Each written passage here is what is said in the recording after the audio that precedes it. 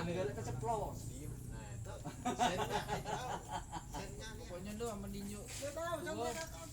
Potong 50%, Gus. Lalu yang di polisi itu rombongan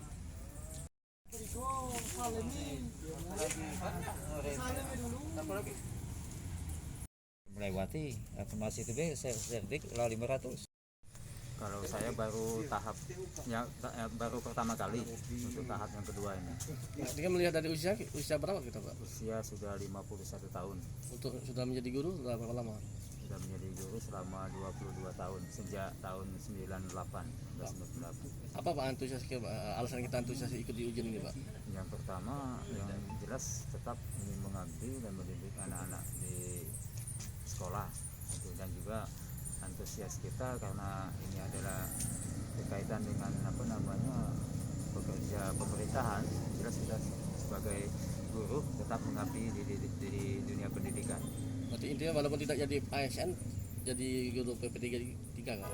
Iya, tetap insya Allah mudah-mudahan doanya mungkin menjadi guru di P3K ya. Pak, kalau mulai dari usia kita Pak, bagaimana untuk mengisi soal ada nggak Pak kendala Pak dari usia kita sendiri Pak? Kalau kendala ya mungkin kalau masalah teknis kelihatannya memang tidak ada kendala ya, tapi karena mungkin cara usia sudah tua ini jadi agak sedikit lambat berpikirnya.